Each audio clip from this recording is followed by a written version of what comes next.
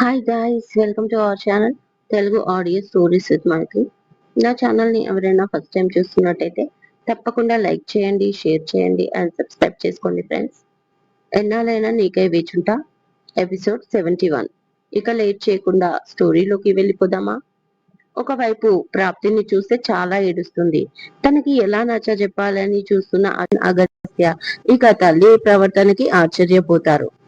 కానీ ప్రాప్తిని లోపలికి తీసుకెళ్ళు, తనని కనిపెట్టుకుని ఉండు, నువ్వు లేనప్పుడు నాకు చెప్పు అంది. దాంతో ప్రాప్తిని పైకి తీసుకెళ్తాడు అగస్త్య.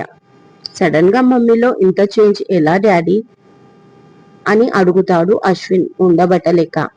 సీరియల్ క్లైమాక్స్ లో చెప్తాను అంటాడు రఘురాం. వాట్ అన్నాడు అశ్విన్. ఇప్పుడు మనం పాప గురించి ఆలోచించాలి. మీ డౌట్స్ క్లియర్ చేయడానికి చాలా టైం ఉంది అంటూ రూమ్ లోకి వెళ్తాడు రఘురాం. గదిలోకి వెళ్ళాక ప్రాప్తిని దగ్గరికి తీసుకుని గట్టిగా హత్తుకొని పడుకుంటాడు అగస్త్య.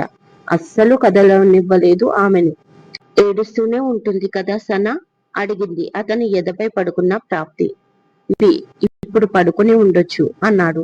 ఏడ్చి ఏడ్చి అలసిపోయి పడుకుని ఉంటుంది కదా అంటుంది ఏడుస్తూ. తనకి ఎలా సమాధానం చెప్పాలో అగస్త్యకి తెలియలేదు.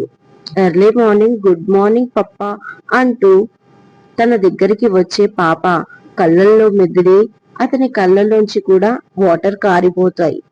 సైలెంట్ గా ఉన్న అగస్త్య ఫేస్ చూసేసరికి అతని కన్నీళ్లు చూసి ఏడుస్తూ ఇంకాస్త గట్టిగా హత్తుకొని ఐఎమ్ రియల్లీ సారీ, మిమ్మల్ని కూడా ఏడిపిస్తున్నాను అంటుంది బాధగా ప్రాప్తి.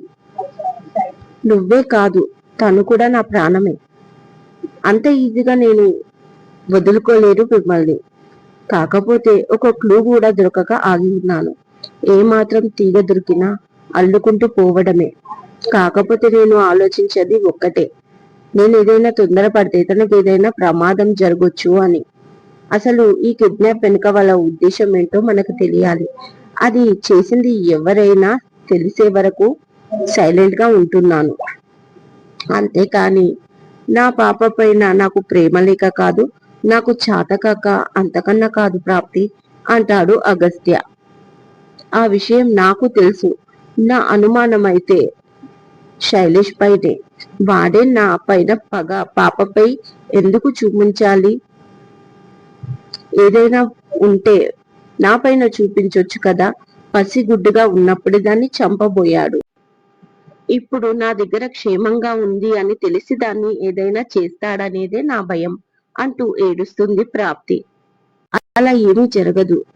ఫుల్ సెక్యూరిటీ ఉన్నా వాడు తీసుకెళ్లాడు అంటే అది శైలేష్ పని కాదు. దీనికి ఎవరినో ఒక మంచి క్యాండిడేట్ ని పట్టుకొని ఉంటాడు. వాడే చేశాడు ఈ పని.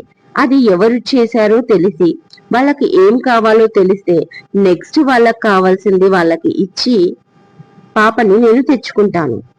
తర్వాత వాళ్ళకి ఉంటది నా చేతిలో. నిజం చెప్తున్నాను ప్రాప్తి. అసలు బ్రతికి ఎందుకు ఉన్నామా, త్వరగా చేస్తే బాగుండును అనుకోవాలి వాడు.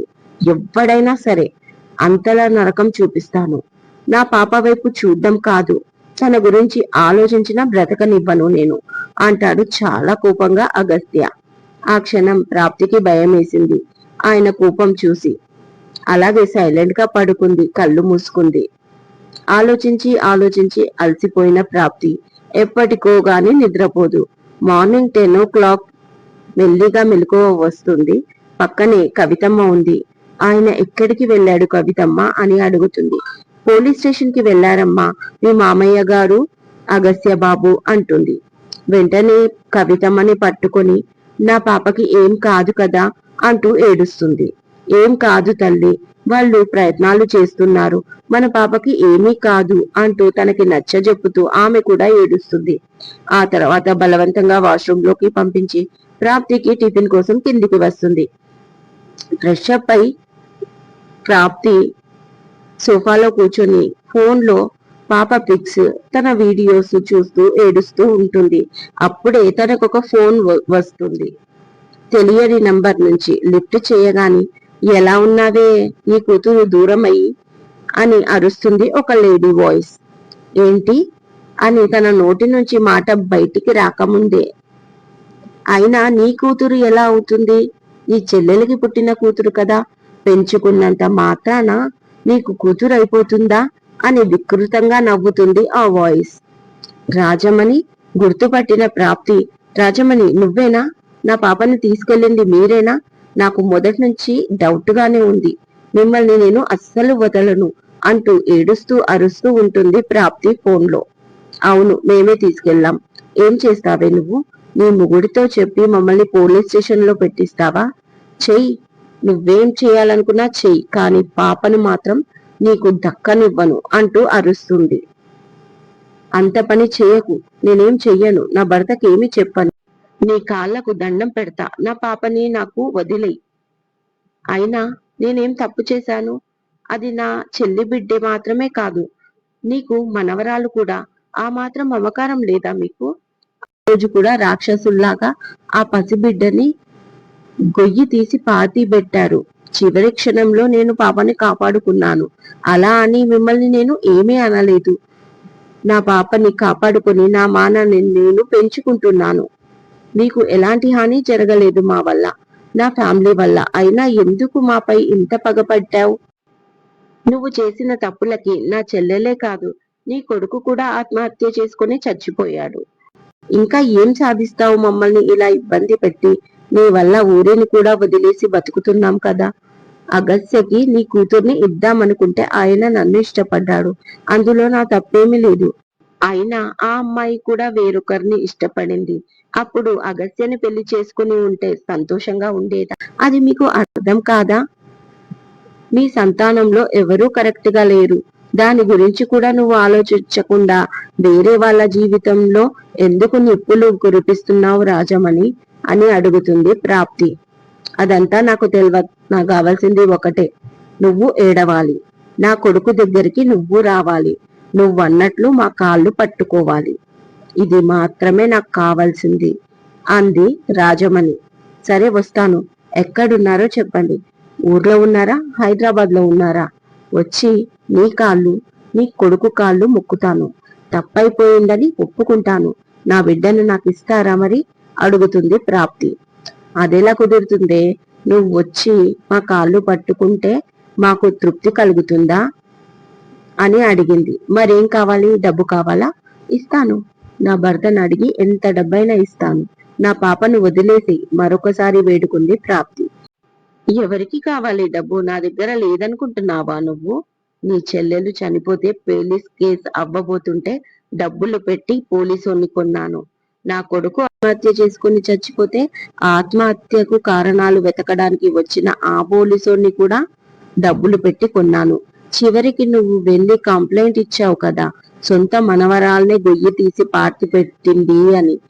ఆ కేసు కూడా పెద్దగా అవ్వకుండా తల్లితో పాటు పిల్ల కూడా పోయిందని, చెల్లిని చనిపోవడంతో అక్క పిచ్చిదయ్యిందని డిక్లేర్ చేయించి మరి ఆ కేసు మా పైన రాకుండా డబ్బుతో ముంచాను. అంటే నేను చట్టాన్ని కొన్నాను, అలాంటిది ఆ డబ్బుతో నన్నే కొనాలని చూస్తావా? నా దగ్గర డబ్బు లేదని అనుకుంటున్నావా? మాకు కావాల్సింది నీ ఏడుపు. నువ్వు ఏడుస్తుంటే చూడాలి అనగానే ఆ ఫోన్ లాక్కొని, అంత మాట అనకమ్మా, ప్రాప్తి ఏడిస్తే నేను చూడలేను అంటూ లైన్లోకి వచ్చాడు శైలేష్. ఏం ప్రాప్తి, ఎలా ఉన్నావు? ఏడుస్తున్నావా? నా దగ్గరికి రా, నీ కన్నీళ్లు తుడుస్తా అంటూ శైలేష్ వంకరగా నవ్వుతాడు. శైలేష్, ఆమె కంటే బుద్ధి లేదు, నీకు లేదా? వదిలే నా బిడ్డని అంటుంది ప్రాప్తి. నీ బిడ్డ? అదేలాగా? అది నీ చెల్లెలు నా తమ్ముడుతో కనింది, నీ బిడ్డ ఎలా అవుతుంది?